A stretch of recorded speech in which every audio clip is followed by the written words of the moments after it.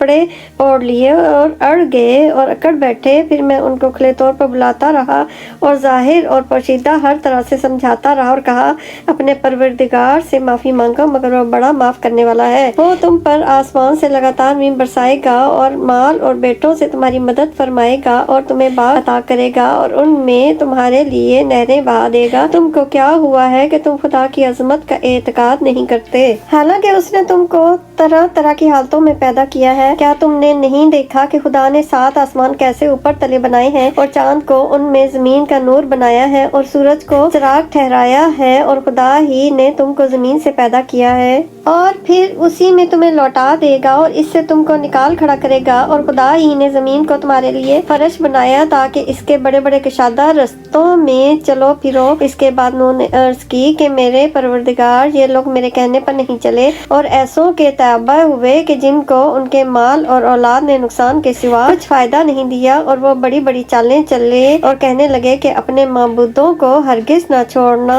اور بدھ سوا اور یغوث یعوق اور نصر کو کبھی ترک نہ کرنا۔ پروردگار، انہوں نے بہت لوگوں کو گمراہ کر دیا ہے، تو ان کو اور گمراہ کر دے۔ آخر وہ اپنے گناہوں کے سبب ہی غرقاب کر دیے گئے تو انہوں نے خدا کے سوا کسی کو اپنا مددگار نہ پایا۔ اور پھر نوح علیہ السلام نے یہ دعا کی کہ میرے پروردگار، کسی کافر کو روئے زمین پر بسا نہ رہنے دے، اگر تو ان کو رہنے دے گا تو تیرے بندوں کو گمراہ کریں گے اور ان سے جو اولاد ہوگی وہ بھی بدکار اور ناشکر گزار ہوگی۔ اے میرے پروردگار، مجھ کو اور میرے ماں باپ کو اور جو ایمان لا کر میرے گھر میں آئے ان تمام ایمان والے مردوں اور ایمان والی عورتوں کو معاف فرما اور ظالم لوگوں کے لیے اور زیادہ تباہی بڑھا۔ بسم اللہ الرحمن الرحیم۔ اللہ تعالیٰ نے ارشاد فرمایا، کافر مسلمان دونوں فریق کی مثل اندھے اور بہرے اور دیکھنے والے اور سننے والے کی سی ہے۔ کیا یہ دونوں مثل میں برابر ہو سکتے ہیں؟ تو کیا تم لوگ غور نہیں کرتے؟ ہم نے نوح علیہ السلام کو ضرور ان کی قوم کے پاس بھیجا اور انہوں نے اپنی قوم سے کہا، میں تمہارا عذاب خدا سے صریح دھمکانے والا ہوں اور یہ سمجھاتا ہوں کہ تم خدا کے سوا کسی کی پرستش نہ کرو۔ میں تم پر ایک دردناک دن قیامت کے عذاب سے ڈراتا ہوں۔ تو ان کے سردار جو کافر تھے کہنے لگے، ہم تو تمہیں اپنے ہی سا ایک آدمی سمجھتے ہیں اور ہم تو دیکھتے ہیں کہ تمہارے پیرو ہوئے بھی ہیں تو بس صرف ہمارے چند رذیل لوگ، اور وہ بھی بے سوچے سمجھے سرسری نظر میں، اور ہم تو اپنے اوپر تم لوگوں کی کوئی فضیلت نہیں دیکھتے بلکہ تم کو جھوٹا سمجھتے ہیں۔ چونکہ حضرت نوح علیہ السلام پر ایمان لانے والے دنیا کو بے اعتبار سمجھ کر اس کی طرف توجہ نہ کرتے تھے اور فکر و فاقہ میں اپنی زندگی بسر کرتے اور خدا کی یاد میں مشغول رہتے تھے، اس وجہ سے کفار انہیں رذیل کہا کرتے تھے، بلکہ کبھی یہ بھی کہتے تھے کہ تم ان رذیلوں کو اپنے پاس سے نکال دو تو ہم لوگ تمہارے پاس آ جایا کریں گے۔ اسی کے جواب میں حضرت نوح علیہ السلام نے ارشاد فرمایا کہ میں تمہارے کہنے سے ان لوگوں کو نہیں نکال سکتا۔ حضرت نوح علیہ السلام نے فرمایا، اے میری قوم، اگر میں ان بیچارے غریب ایمانداروں کو نکال دوں تو خدا کے عذاب سے بچانے میں میری مدد کون کرے گا؟ تو کیا تم اتنا بھی غور نہیں کرتے؟ اور میں تو تم سے یہ نہیں کہتا کہ میرے پاس خدائی خزانے ہیں، اور نہ یہ کہتا ہوں کہ میں غیب دان ہوں، اور نہ میں یہ کہتا ہوں کہ میں فرشتہ ہوں، اور جو لوگ تمہاری نظروں میں ذلیل ہیں انہیں میں یہ نہیں کہتا کہ خدا ان کے ساتھ ہرگز بھلائی نہیں کرے گا۔ ان لوگوں کے دلوں کی بات خدا ہی خوب جانتا ہے، اگر میں ایسا کہوں تو میں بھی یقینی ظالم ہوں۔ وہ لوگ کہنے لگے، اے نوح علیہ السلام، تم ہم پر یقیناً جھگڑے اور بہت جھگڑ چکے ہو، پھر اگر تم سچے ہو تو جس عذاب کی تم ہمیں دھمکی دیتے تھے ہم پر لا چکو۔ نوح علیہ السلام نے کہا کہ اگر چاہے گا تو بس خدا ہی تم پر عذاب لائے گا اور تم لوگ کسی طرح اسے ہرا نہیں سکتے، اور اگر میں چاہوں تو تمہاری کتنی ہی خیر خواہی کروں، اگر خدا کو تمہارا بہکانا منظور ہے تو میری خیر خواہی کچھ بھی تمہارے کام نہیں آ سکتے، وہی تمہارا پروردگار ہے اور اسی کی طرف تم کو لوٹ کر جانا ہے۔ اللہ تعالیٰ نے نوح علیہ السلام کے پاس وحی بھیجی کہ جو ایمان لا چکا وہ لا چکا، اور ان کے سوا اب کوئی شخص تمہاری قوم سے ہرگز ایمان نہیں لائے گا، تو تم خواہ ان کی کارستانیوں کا کچھ غم نہ کھاؤ اور بسم اللہ کر کے ہمارے روبرو اور ہمارے حکم سے کشتی بنا ڈالو، اور جن لوگوں نے ظلم کیا ہے ان کے بارے میں مجھ سے سفارش نہ کرنا، کیونکہ یہ لوگ ضرور ڈوبا دیے جائیں گے۔ اور یوں نوح علیہ السلام کشتی بنانے لگے۔ حضرت نوح علیہ السلام کی کشتی 1200 گز لمبی، 800 گز چوڑی، 80 گز اونچی تھی۔ اس کے 3 درجے تھے، نیچے کے درجے میں چوپائے، بیچ میں پرندے اور اوپر آدمی اور ضرورت کی سب چیزیں موجود تھیں۔ غرض جب کشتی تیار ہوئی تو حضرت نوح علیہ السلام نے تمام جانوروں کو آواز دی اور ہر جانور کا ایک ایک جوڑا اور 80 آدمیوں کو جو آپ پر ایمان لائے تھے لے کر سوار ہوئے۔ تو پہلے تندور سے پانی ابلنے لگا، آفتاب کو گہن لگ گیا، آسمان سے موسلا دھار پانی کی چادریں گرنے لگیں، پھر زمین کے تمام چشمے زوروں میں ابلنے لگے اور تمام جگہ پانی پانی ہو گئی اور آسمان اور پانی کے سوا کوئی چیز دکھائی نہ دیتی تھی۔ جس جگہ مسجد کوفہ ہے وہیں پر کشتی بنی تھی اور یہیں سے طوفان کی ابتدا ہوئی تھی۔ جس تندور سے پانی ابلنا شروع ہوا تھا وہ گویا مسجد کوفہ ہی میں تھا۔ کشتی میں کل 80 لوگ تھے۔ حام، سام، یافت یہ تینوں بیٹے حضرت نوح علیہ السلام کے تھے اور 3 ان کی بیویاں تھیں اور ایک خود حضرت نوح علیہ السلام کی بیوی جو ایماندار تھی اور ایک خود حضرت نوح علیہ السلام 8 ہو گئے اور 72 حضرت نوح علیہ السلام کی امت کے لوگ تھے۔ حضرت نوح علیہ السلام کے تینوں صاحبزادوں حام، سام، یافت جن کی اولاد سے ساری دنیا ہے، کیونکہ جب حضرت نوح علیہ السلام کشتی سے اترے تھے تو کوہ جودی ہی کے دامن میں ایک بستی آباد کی اور وہیں رہ گئے۔ اس کا نام سوکر سمانین 80 آدمیوں کا بازار رکھا۔ خدا کی شان، چند دنوں کے بعد وہاں ایک ایسا مرض پھیلا جس سے اولاد نوح علیہ السلام کے علاوہ سب مومنین مر گئے، صرف یہی 3 صاحبزادے اپنی بیویوں سمیت رہ گئے۔ انہی سے دنیا پھیلی۔ اسی وجہ سے حضرت نوح علیہ السلام کو آدم ثانی بھی کہتے ہیں۔ بسم اللہ الرحمن الرحیم۔ اللہ تعالیٰ نے نوح علیہ السلام کو کشتی بنانے کا کہا اور طوفان سے حضرت نوح علیہ السلام کے گھر والوں کو بچانے کا وعدہ کیا اور کہا کہ اے نوح کشتی بنا ڈالو اور جن لوگوں نے ظلم کیا ہے ان کے بارے میں مجھ سے سفارش نہ کرنا کیونکہ یہ لوگ ضرور ڈوبا دیے جائیں گے۔ حضرت نوح علیہ السلام کے 4 بیٹے تھے، حام، سام، یافت اور کنعان۔ حضرت نوح علیہ السلام کے 3 بیٹے حام، سام اور یافت وہ تو کشتی میں سوار ہو گئے، مگر حضرت نوح علیہ السلام کا بیٹا کنعان اور اس کی والدہ وائلہ اس کا نام تھا، یہ دونوں کشتی پر سوار نہ ہوئے اور پانی سے جہنم کی آگ میں پہنچے۔ ارشاد باری تعالیٰ ہے کہ اور نوح علیہ السلام نے اپنے ساتھیوں سے کہا بسم اللہ مجریہا و مرساہا، خدا ہی کے نام سے اس کا بہاؤ اور ٹھہراؤ ہے، کشتی میں سوار ہو جاؤ، بے شک میرا پروردگار بڑا بخشنے والا مہربان ہے۔ اور کشتی ہے پہاڑوں کی سی اونچی لہروں میں لوگوں کے لیے ہوئے چلی جا رہی ہے۔ اور نوح علیہ السلام نے اپنے بیٹے کو جو ان سے الگ تھلگ ایک گوشے میں تھا آواز دی، اے میرے فرزند آ ہماری کشتی میں سوار ہو لے اور کافروں کے ساتھ نہ رہے۔ وہ بولا مجھے معاف کیجئے، میں ابھی تو کسی پہاڑ کا سہارا پکڑتا ہوں جو مجھے پانی میں ڈوبنے سے بچا لے گا۔ نوح علیہ السلام نے اس سے کہا ارے کمبخت، آج خدا کے عذاب سے کوئی بچانے والا نہیں مگر خدا ہی جس پر رحم فرمائے گا۔ اور یہ بات ہو رہی تھی کہ یکایک دونوں باپ بیٹے کے درمیان ایک موج حائل ہو گئی اور وہ ڈوب کر رہ گیا۔ اور جس وقت نوح علیہ السلام کا بیٹا غرق ہو رہا تھا، نوح علیہ السلام نے اپنے پروردگار کو پکارا اور اس کی کہ اے میرے پروردگار، اس میں تو شک نہیں کہ میرا بیٹا میرے اہل میں شامل ہے اور تو نے وعدہ کیا تھا کہ تیرے اہل کو بچا لوں گا، اور اس میں تو شک نہیں کہ تیرا وعدہ سچا ہے کہ تو سارے جہان کے حاکموں سے بڑا حاکم ہے، تو میرے بیٹے کو نجات دے دے۔ خدا نے فرمایا اے نوح علیہ السلام تم یہ کیا کر رہے ہو، ہرگز وہ تمہارے اہل میں شامل نہیں، وہ بے شک بد چلن ہے۔ تو دیکھو اس کا تمہیں علم نہیں ہے، مجھ سے اس کے بارے میں درخواست نہ کیا کرو، میں تمہیں سمجھائے دیتا ہوں کہ نادانوں کی سی باتیں نہ کیا کرو۔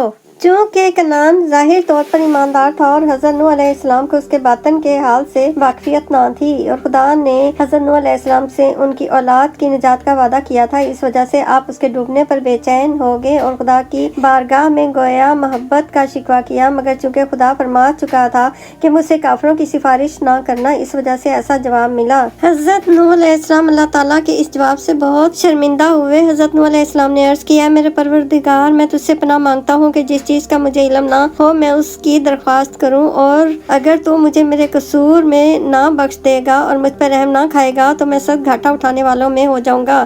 اس سوال و جواب سے 2 نتیجے بہت عمدہ نکلتے ہیں کہ ایک تو یہ کہ عمدہ خاندان کچھ کام نہیں آتا، اپنی حالت اچھی ہونی چاہیے، اور دوسرا یہ کہ انسان نافرمانی کی بدولت خاندان سے بھی خارج ہو جاتا ہے۔ کنعان ایک پیغمبر کا بیٹا تھا، مگر خاندان جب آپ کیسا بھی ہو، انسان کی نجات خود اس کے اعمال سے ہوتی ہے۔ انسان نافرمانی کی بدولت خاندان سے بھی خارج ہو جاتا ہے، اسی بنا پر والدین کا نافرمان آگ بھی ہو سکتا ہے۔ اللہ تعالیٰ نے حکم دیا کہ اے زمین پانی جذب کر لے اور اے آسمان برسنے سے تھم جا، اور پانی گھٹ گیا اور لوگوں کا کام تمام کر دیا گیا، اور کشتی جودی پہاڑ پر جا ٹھہری، اور ہر چہار طرف پکار دیا گیا کہ ظالم لوگوں کو خدا کی رحمت سے دوری ہے۔ جب طوفان جاتا رہا تو حکم دیا گیا کہ اے